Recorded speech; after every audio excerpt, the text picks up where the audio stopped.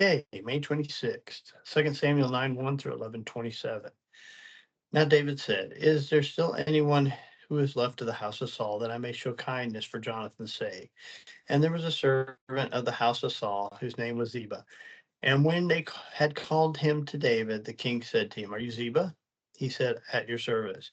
And the king said, is there still not someone from the house of Saul to whom I may show the kindness of God? And Ziba said to king, there is still a son of Jonathan who is lame in his feet. So the king said to him, where is he? And Ziba said to the king, indeed, he is in the house of Merikah, the son of Amiel, in Lo Debar. Then King David sent and brought him out of the house of Mircah, son of Amilah, from Lo-debar. Now when Methabus, Methabus, well, let's go with Methabus, the son of Jonathan, the son of Saul, came to David. He fell on his face and prostrated himself. And David said, Methabus? And he answered, here is your servant. So David said to him, do not fear, for I will surely show you kindness for Jonathan, your father's sake, and will restore to you all the land of Saul, your grandfather. And you shall eat the bread at my table continually. Then he bowed himself and said, what is your servant that I should look upon, that you should look upon such a dead dog as I? And the king called to Ziba, Saul's servant, and said to him, I have given your master's son all that belonged to Saul and to his house. You, therefore, and your sons and your servants shall work the land for him, and you shall bring in the harvest, that your master's son may have food to eat. But Messapus, your master's son, shall eat bread at my table always. Now Ziba had 15 sons and 20 servants. Then Ziba said to the king, according to all that the Lord the king has commanded his servant, so will your servant do. As for Methodist, the king said, he shall eat at my table like one of the king's sons. Messavus had a young son whose name was Micah, and all who dwelt in the house of Ziba were the servants of Messavus. So Messavus dwelt in Jerusalem, for he ate continually at the king's table, and he was lame in both feet. It happened after this that the king of the people of Ammon died, and Hanu, his son, reigned in his place. Then David said, I will show kindness to Hanu, son of Nahash, his father shown kindness to me. So David sent by the hand of his servants to comfort him concerning his father. And David's servants came into the land of the people of Ammon, and the princes of the people of Ammon said to Hanu, their lord, do you think that David really honors your father because he sent comforters to you? Has David not rather sent his servants to you to search out the city, spy it out, and to overthrow it? Therefore Hanu took David's servants, shaved off half their beards, and cut off their garments in the middle at the buttocks, and sent them away. When they told David, he sent to meet them, because the men were greatly ashamed. And the king said, wait at Jericho until your beards have grown, and then return. When the people of Ammon saw that they had made themselves repulsive to David, the people of Ammon hired the Syrians of Rabbah and the Syrians of Zoab, 20,000 foot soldiers from the king of Mecca, 1,000 men, and from Istob, 12,000 men. When David heard of it, he sent Joab and all the army of his mighty men. And the people of Ammon came out and put themselves in battle array at the entrance of the gate. And the Syrians of Zobah, Beth Rabab, Ishtabab, and Makkah were by themselves in the field. When Joab saw the battle line was against him before and behind, he chose against the Syrians, and the rest of the people he put under the command of Ishbab his brother, that he might set them into the battle array against the people of Ammon. Then he said, if the Syrians are too strong for me, then you shall help me. But if the people of Ammon are too strong for you, then I will come and help you. Be of good courage, and let us be strong for our people and for the cities of our God. And the Lord do what is good in his sight. So Joab and his people who were with him drew near to the battle against the Syrians, and they fled before him. And when the people of Ammon saw that the Syrians were fleeing, they also fled before Ishbasai and entered the city. So Joab returned from the people of Ammon and went to Jerusalem. When the Syrians saw that they had been defeated by Israel, they gathered together. Then Hadazazar sent and brought out the Syrians who were beyond the river, and they came to and Shobah, the commander of Eleazar's army, went before them. When it was told to David, he gathered all Israel across the Jordan and came to Helam. And the Syrians set themselves in battle array against David and fought with him. Then the Syrians fled before Israel, and David killed 700 charioteers and 40,000 horsemen of the Syrians, and struck Shobah, the commander of their army, who died there. And when all the kings and were who were servants of Hadaezer saw that they were defeated by Israel, they made peace with Israel and served them. So the Syrians were afraid to help the people of Ammon anymore. It happened in the spring of that year, the time when kings go out to battle, that David sent Joab and his servants with him and all Israel, and they destroyed the people of Ammon and besieged Raab. But David remained at Jerusalem. Then it happened one evening that David arose from his bed and walked on the roof of the king's house. And from the roof he saw a woman bathing, and the woman was very beautiful and to behold. So David sent and inquired about the woman. And someone said, "Is this not Bathsheba, the daughter of Eliam, the wife of Uriah the Hittite?" Then David sent messengers and took her, and she came to him, and he lay with her, and she was cleansed from her impurity. And she returned to her house. And the woman conceived. So she sent and told David and said, "I am with child." Then David sent to Joab, saying, "Send me Uriah the Hittite." And Joab sent Uriah to do David.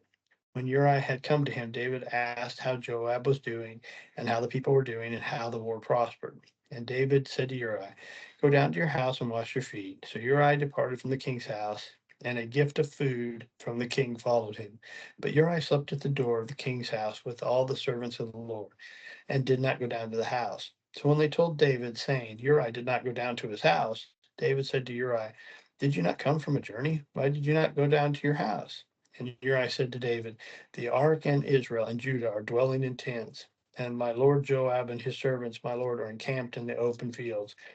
Shall I then go down to my house and eat and drink and lie with my wife? As you live, and as your soul lives, I will not do this thing." So David said to Uriah, "Wait here today also, and tomorrow I will let you depart." So Uriah remained in Jerusalem that day and the next. Now when David called him, he ate and drank before him, and made him drunk. And at the evening he went out to lie in his bed with his servants of the Lord, but he did not go down to his house. In the morning it happened that David wrote a letter to Joab and sent it by the hand of Uriah. Then he wrote in the letter saying, "Set Uriah in the forefront of the hottest battle and retreat from him, that he may be struck down and die." So it was when Joab besieged the city that he assigned Uriah to the place where he knew there were valiant men. Then the men of the city came out and fought with Joab, and some of the people of David's servants fell, and Uriah the Hittite died also. When Joab sent and told David all the things concerning the war, and charged the messenger, saying, "When you have finished telling them done the matters of the war to the king, if it happens that the king's wrath arises, and he says to you, 'Why did you approach so near to the city where you fought? Did you not know that they would shoot from the wall? Who struck Abimelech, the son of Jerubbaal? Was it not a woman who cast a millstone on him from the wall, so he died at Tebez? Why did you go near the wall?' Then you shall say to him, 'Your servant Uriah the Hittite is dead also.'" So the messenger went and came and told David all that Joab had said to him, sent him. And the messenger said to David, "Surely the men prevailed against us and came out to us in the field. Then we drove them back as far as the entrance of the gate. The archers shot from the wall at your servants, and some of the king's servants are dead, and your servant Uriah the Hittite is dead also."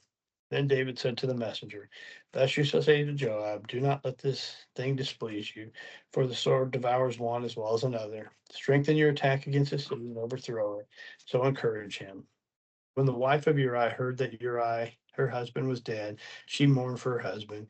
And when her mourning was over, David sent and brought her to his house, and she became his wife and bore him a son. But the thing that David had done displeased the Lord. John 15, 1 through 27. I am the true vine, my Father is the vine dresser. Every branch of me that does not bear fruit, he takes away, and every branch that bears fruit, he prunes, that it may bear more fruit.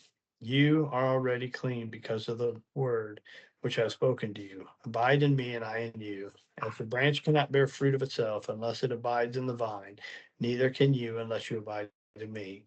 I am the vine, you are the branches. He who abides in me, and I in him, bears much fruit, for without me you can do nothing. If anyone does not abide in me, he is cast out as a branch and is withered, and they gather and they throw them into the fire and they are burned. If you abide in me and my word abides in you, you will ask what you desire and it shall be done for you. By this my Father is glorified, that you may bear much fruit, so you will be my disciples. As the Father loved me, I also loved you. Abide in my love. If you keep my commandments, you will abide in my love, just as I've kept my Father's commandments and abide in his love. These things I have spoken to you, that my joy may remain in you, and that your joy may be full. This is my commandment, that you love one another as I have loved you. Greater love has no one than this, than to lay one's life for his lay down one's life for his friends. You are my friends if you do whatever I command you. No longer do I call you servants, for a servant does not know what his master is doing. But I have called you friends. Excuse me. For For all things that I heard from my Father, I have made known to you. You did not choose me, but I chose you and appointed you that you should go and bear fruit, and that your fruit should remain. And whatever you ask the Father in my name, he may give you. These things I command you, that you love one another. If the world hates you, you know that it hated me before it hated you. If you are of the world would love its own. Yet because you are not of this world, but I chose you out of the world, therefore the world hates you. Remember the word that I said to you, a servant is not greater than his master. If they persecuted me, they will also persecute you. If they kept my word, they will keep yours also. But these things they will do to you for my name's sake, because they do not know him who sent me. If I had not come and spoken to them, they would have they would have no sin. But now they have no excuse for their sin. He who hates me hates my Father also. If I had not done among them, if I had not done among them the works which no one else did, they would have no sin. But now they have seen, and they also hated both me and my Father. But this happened that the word might be fulfilled, which was written in their law. They hated me without cause. When the Helper comes, whom I shall send to you from the Father, the Spirit of truth who proceeds from the Father, he will testify of me, and you will also bear witness, because you have been with me from the beginning. Psalms 119:49 through 64. Zelen. Remember the word of your servant, upon which you have caused me hope. This is my comfort in my affliction, for your word has given me life. The proud have me in great derision, yet I do not turn aside from your law. I remember your judgments of old and have comforted myself. Indignation has taken hold of me because of the wicked who forsake your law. Your statutes have been my songs in the house of my pilgrimage. I remember your name in the night, O Lord, and I keep your law. This has become mine because I have kept your precepts. F. You are my portion, O Lord. I have said that I will keep your words. I entreat your favor with my whole heart. Be merciful to me according to your word. I thought about your ways. I have turned my feet from your testimonies. I have made haste and do not delay to keep your commandments. The cord of the wicked have bound me, but I have not forgotten your law. At midnight I will rise to give thanks to you because of your righteous judgments. I am a companion of all who fear you and of all who keep your precepts. The earth, O Lord, is full of your mercy. Teach me your statutes. Proverbs 16:1 through 3. The preparations of the heart belong to a man, but the answer of the tongue is from the Lord. All the ways of man are pure in his own eyes, but the Lord weighs the spirits.